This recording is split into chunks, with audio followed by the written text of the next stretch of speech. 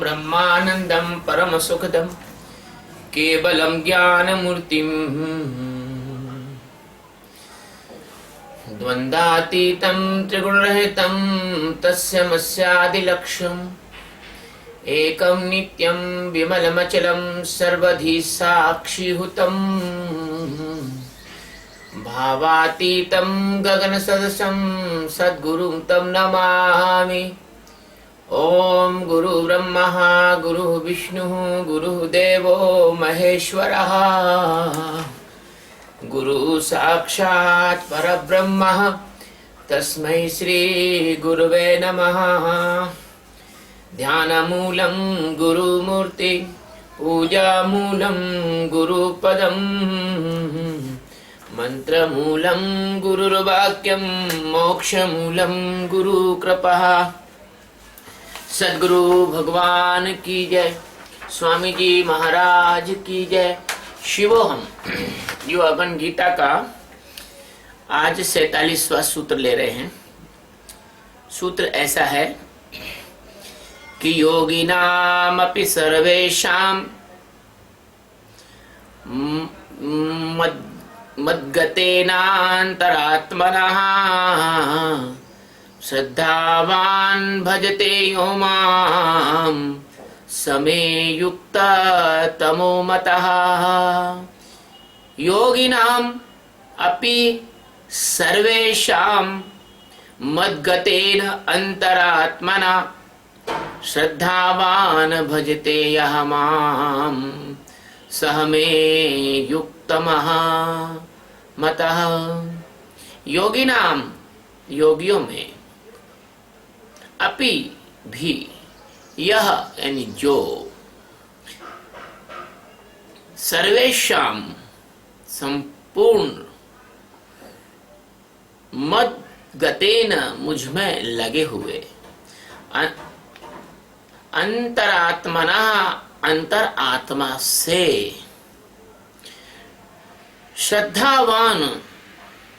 श्रद्धावान योगी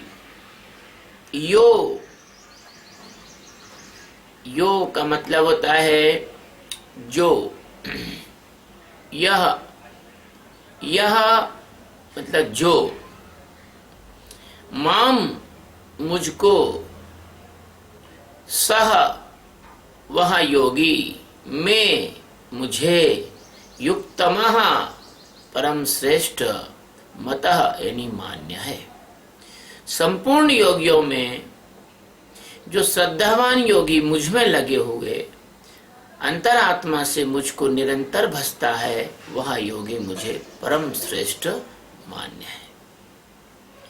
ये श्रीमद् भगवद गीता के 6वें अध्याय का और अंतिम सूत्र है, आखिरी सूत्र है। इस सूत्र में भगवान क्या कह रहे हैं? इस सूत्र में सद्गुरु सच्चिदानंद परमात्मा जो अनंत कोटि ब्रह्मांडों के एकमात्र मालिक है, स्वामी हैं, जिनके रोम रोम में अनंत कोटि ये ब्रह्मांड और आकाश गंगाएं निवास करती हैं, जिनके अंश मात्र में मवांशीय जीवलोके जीवभूता सनातना, जिनके एक अंश मात्र में एक छोटे से हिस्से में संपूर्ण जीव भूत निवास करते हैं। और वो कैसे हैं? सनातन है। इसलिए सनातन है कि सब में ब्रह्म है। इसलिए जीव तो होना यानी एक आवरण जिसका भंग नहीं हुआ है, अज्ञान में जो जी रहा है वह जीव है। तो भगवान श्री कृष्ण के रूप में सच्चिदानंद परमात्मा जो ब्रह्मा विष्णु और महेश, शक्ति, गणेश, जितने भी आपके श्रद्धा केंद्र हैं, उन सब के मूल आधार है। ऐसे भगवान श्री कृष्ण अर्जुन को इस श्लोक में कह रहे हैं कि योगी नाम मपि सर्वेशाम, जो इतने सारे योगी हैं,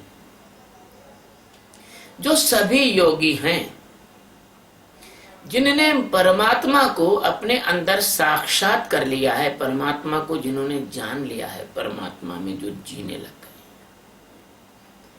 परमात्मा और उनमें कोई भेद नहीं बचा है, वह परमात्मा में सरक गए हैं, माया से हट गए हैं, माया उनको प्रभावित नहीं कर सकती। ऐसे जो योगी हैं, वो जितने सभी योगी हैं,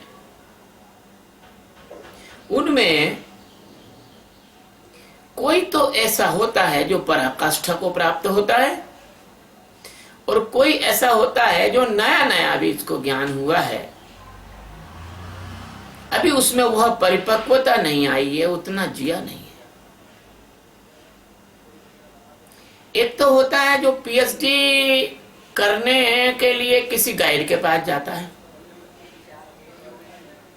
मेरी एक शिष्या से कल मेरी बात हुई, तो वो क्या है कि पीएचडी, मैं सोचा कि वो पीएचडी कर रही होगी, लेकिन उसने कहा नहीं मैं पीएचडी कराती हूं। न जाने क्या बोला, डीएससी कर रही हूं मैं, मतलब पीएचडी के बाद कोई होता होगा। तो कहने का तात्पर्य है कि एक योगी तो वो है जो अभी पीएचडी के लिए जिसका रजिस्ट्रेशन हुआ है, और एक योगी वो है जिसकी पीएचडी तो हो गई है कंप्लीट, मतलब जिसने आत्म साक्षात्कार तो कर लिया है, लेकिन उस आत्मा में जीने का अभ्यास उसमें जी रहा है वो। अरे अगर लोग हंसेंगे बात को सुन के भी, लेकिन वो जानते नहीं इस बात को। आपको ज्ञान भी हो जाए तो क्या विश्वामित्र को ज्ञान नहीं हुआ था क्या? आपको ज्ञान भी हो जाए तो भी आपको उस ज्ञान में जीना पड़ेगा। अगर आपने ये सोच लिया कि अब तो ज्ञान हो गया, क्या करना है, मजे करो,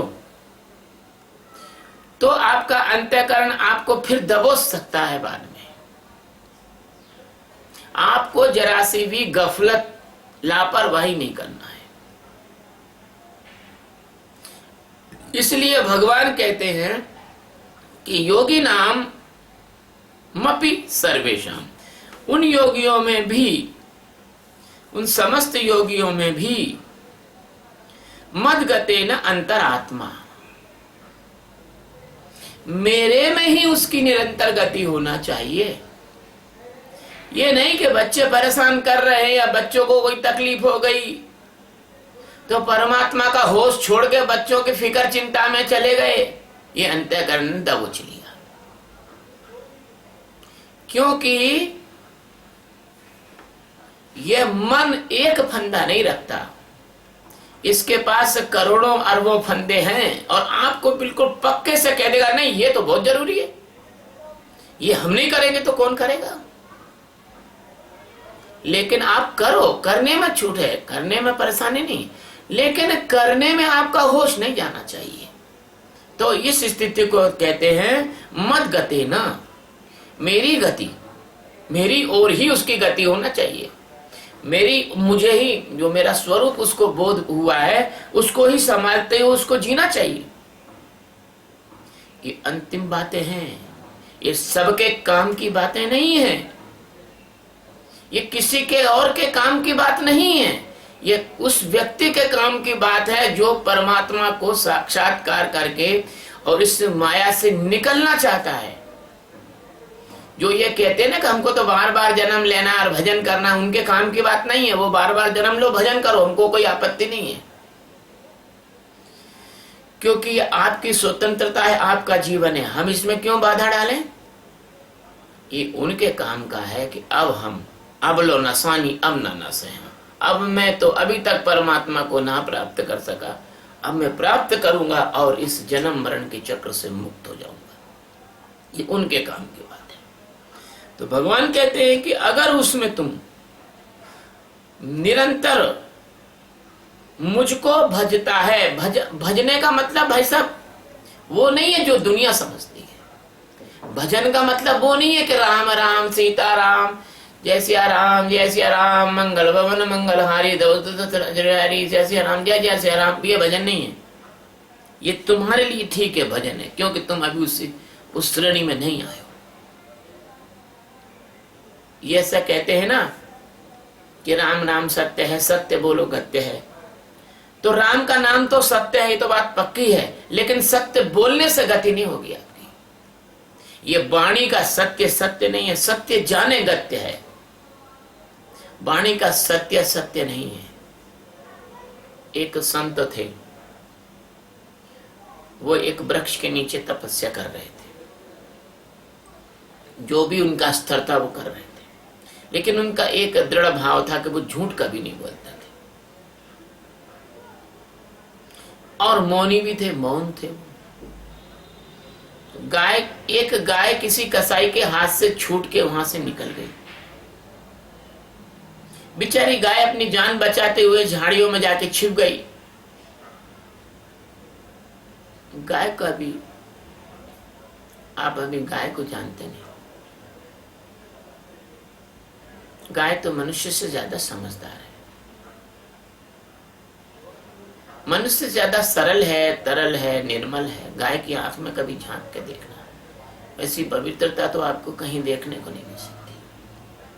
छुप गई। कसाई आया, उसने पूछा महाराज मेरी गाय कहां गई? तो उन्होंने दोनों हाथ से यूं करके बताया इधर गई। तो कसाई ने जो है फिर पूछा महाराज मैं समझा नहीं किधर गई। तो दोनों पैर उठा के बता दिए। बोला तो उन्होंने सत्य, लेकिन इस सत्य के पीछे वो गाय की हत्या हुई। और उस गाय की हत्या होने की वजह से क्या हुआ कि महाराज जी के कुछ जन्म बाद दोनों हाथ और पैर कटने पड़े। तुम्हारा सत्य तुम्हारे काम ना आएगा, तुम्हारी वाणी का सत्य तुम्हारे काम नहीं आएगा। तुम जब तक सत्य को जानोगे नहीं, सत्य में जियोगे नहीं। सत्य तो परमात्मा है, सत्य तो नारायण है, पर ये वाला सत्य नारायण नहीं है।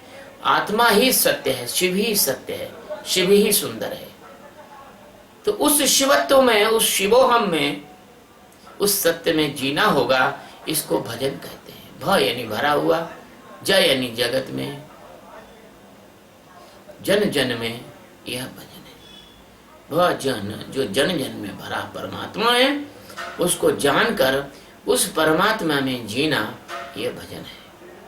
तो भगवान कहते हैं कि जो सत्य को जान ले और सत्य को जानने के बाद में वो इस सत्य में जीने लगे, वह योगी मुझे, वह ऐसा जो योगी होता है वो टॉप क्लास है, परम श्रेष्ठ है। श्रेष्ठ नहीं बल्कि परम श्रेष्ठ है। युक्तमः परम श्रेष्ठ है, और वह मुझे मता यानी मान्य है। अब ये बात हुई इस श्लोक की, पर यह श्लोक और क्या कह रहा है? विशिष्ट रूप से कोई संदेश है इस श्लोक में। इतना तो संदेश है साधकों के लिए, लेकिन एक विशेष संदेश है उच्च कोटि के साधकों। ये जो श्लोक है ये परम जागरण का श्लोक है। ये जागरण का नहीं बल्कि परम जागरण का श्लोक है। और ये श्लोक अगर आप चाहो तो आप सभी के काम आ सकता है। भले जो साक्षी का ध्यान करते हो उनके भी काम आ सकता है, जो भान अवस्था में हो उनको भी ध्यान आ सकता है काम में, जो जागरण हो चुका है उनको भी काम आ सकता है, और परम जागरण के लिए तो है ही है ये। अब आप जैसे साक्षी का ध्यान करते हैं, और यदि आप साक्षी को ईमानदारी से करते हैं, एक क्षण भी ऐसा नहीं छोड़ते जब आपकी साक्षी टूट जाए। आप साक्षी को टूटने नहीं देते। आप साक्षी की धारा को निरंतर अखंड रूप से, अजस्र रूप से, निर्वाध रूप से, बिना टूटे बिना बुझे आप उसको जारी रखते हैं। आप एक एक क्षण में अपने अंदर के साक्षी हो जाते हैं। तो इसको कहेंगे कि संपूर्ण जो योगी हैं उनमें आप श्रद्धावान रूप से और अंतरात्मा से लगे हुए, इसको कहते हैं अंतरात्मा से लगे होना। इसको कहते हैं अंतरात्मा से लगे होना। अंतरात्मा का मतलब आत्मा, ये वो वाली आत्मा की चर्चा नहीं हो रही जो पूरा का पूरा आपकी जीवन ऊर्जा है, वह निरंतर अंतःकरण को देखने के लिए लगी रहे। क्रिया में देखें, स्वप्न में देखें, भोजन करने में देखें, बोलने में देखें, सोने में देखें, चलने में देखें, उठने में देखें, बैठने में देखें, अंदर देखें, अंदर इतना गहराई से देखें कि एक एक उद्वेग, एक एक विचार, एक एक भाव दशा, एक एक संवेदना, एक एक भावना, ऐसी कोई चीज ना छूटे जिसको आप साक्षी में ना देख पाए। अगर आप ऐसा करें तो ये सूत्र आपको ऐसा करने के लिए संदेश दे रहा है। ये गहरा संदेश है, तीसरे तल का संदेश है, सबसे गहरा संदेश है। फिर आप जब निरंतर मेरे स्वरूप में जिएंगे, चाहे आप साक्षी में जिए, चाहे आप ध्यान में जिए, चाहे आप भान में जिए और चाहे आप जागरण में जिए, तो संपूर्णता से जो श्रद्धा है वह मुझ में ही है। कहने का तात्पर्य है कि आपकी पूरी की पूरी जो श्रद्धा है वह अपने अंदर मौजूद जो परमात्मा सदगुरु है उसके साथ टिकी होना चाहिए, उसमें टिकी होना चाहिए। ना कि दूध ढुल गया तो उधर चिंता हो गई, आपको ढुल गया ठीक है, पदार्थ है फिर मिल जाएगा। ना कि कोई बच्चा गड़बड़ी कर रहा है तो उधर आपको चिंता है, ठीक है कर रहा है, थोड़ा समझा दिया तो समझा दिया, मान जाएगा तो मान गए। अपने जीवन मूल्य को क्यों उधर बर्बाद कर रहे हो भाई? बच्चा अपना जीवन, स्वतंत्र जीवन लेके आया है, वो कोई तुम्हारे से बंधा हुआ नहीं है। वो अपना जीवन उसको खुद बनाना है, बिगाड़ना है, वो जाने, वो इंडिविजुअल है। लेकिन आपका काम है, जैसे गुरु हूं मैं, मेरा काम है कि आपको मैं समझाऊं, और आप समझो तो ठीक है, तो और नहीं समझो तो मैं क्या आपके लिए अपनी जीवन यात्रा खराब कर दूंगा? आप नहीं समझोगे, दूसरों को समझाने लग जाऊंगा। ये ऐसा है। ऐसे साक्षी में, जब ध्यान में अपन जब जिएंगे और संसार के जो विक्षेप है, चाहे पुत्र के रूप में, पुत्री के रूप में, पत्नी के रूप में, पति के रूप में, पड़ोसी के रूप में, किसी भी रूप में अगर वो विक्षेप आते हैं तो उन विक्षेपों का आना और जाना भी हम देखेंगे। किसी कारण से हमें अंदर से क्रोध उत्पन्न होता है तो क्रोध का आना और जाना भी हम देखेंगे। यदि काम वासना उत्पन्न होती है तो काम वासना का आना और जाना हम देखेंगे। उससे टच नहीं होंगे, उससे जुड़ेंगे नहीं। जब वो तुम्हें मालूम है कि क्रोध हुआ या काम हुआ, लोभ हुआ या मोह हुआ, भाव हुआ या कुभाव हुआ, अच्छा हुआ या बुरा हुआ, वो सब तुम ही से ऊर्जा लेते हैं।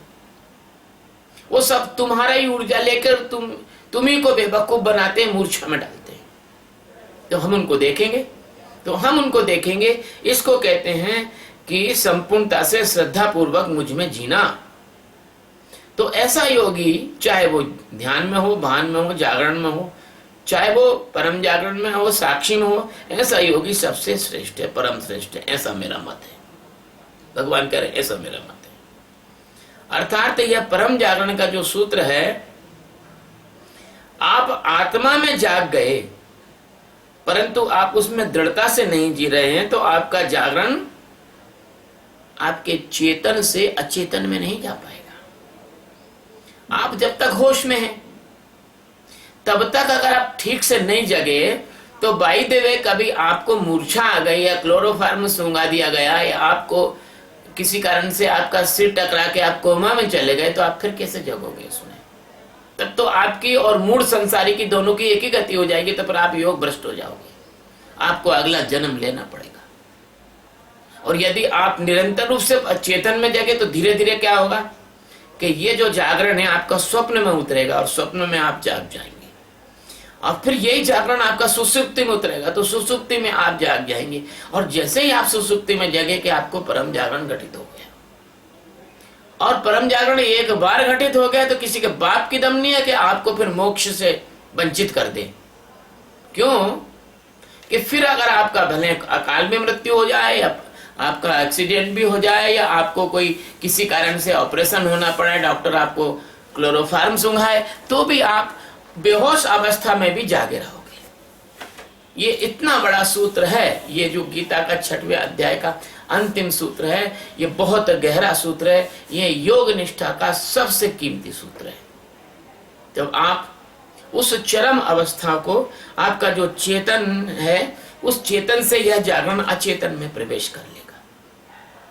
इसलिए आपको जागृत अवस्था में खूब जागरण में जीना होगा। अगर आप साक्षी हैं तो जागृत अवस्था का 1 मिनट भी आपको नहीं खोना होगा। यदि आप आलतू फालतू बात करते हैं, इसका मतलब यह कि आप गड़बड़ कर रहे हैं, आप नहीं जी रहे साक्षी में। दो लोग थे, एक शेख चिल्ली और सिलबिल्ली साले, जो उसमें ट्रेन में सफर कर रहे थे। तो जो शेख चिल्ली था, तो उसका जो चद्दर था वो खिड़की के बाहर उड़ रहा था, बस जाने ही वाला था, वहां ट्रेन के बाहर निकल जाता वो।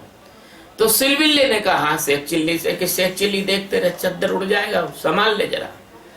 तो शेख चिल्ली ने कहा, बेवकूफ, तू मेरे चद्दर की तो चिंता कर रहा है, लेकिन तेरा कोट, बगल में एक आदमी बड़ी सिगरेट पी रहा है, उसने कोट तेरा जेब आधी जला दी है, वो उधर नहीं देख रहा है तू।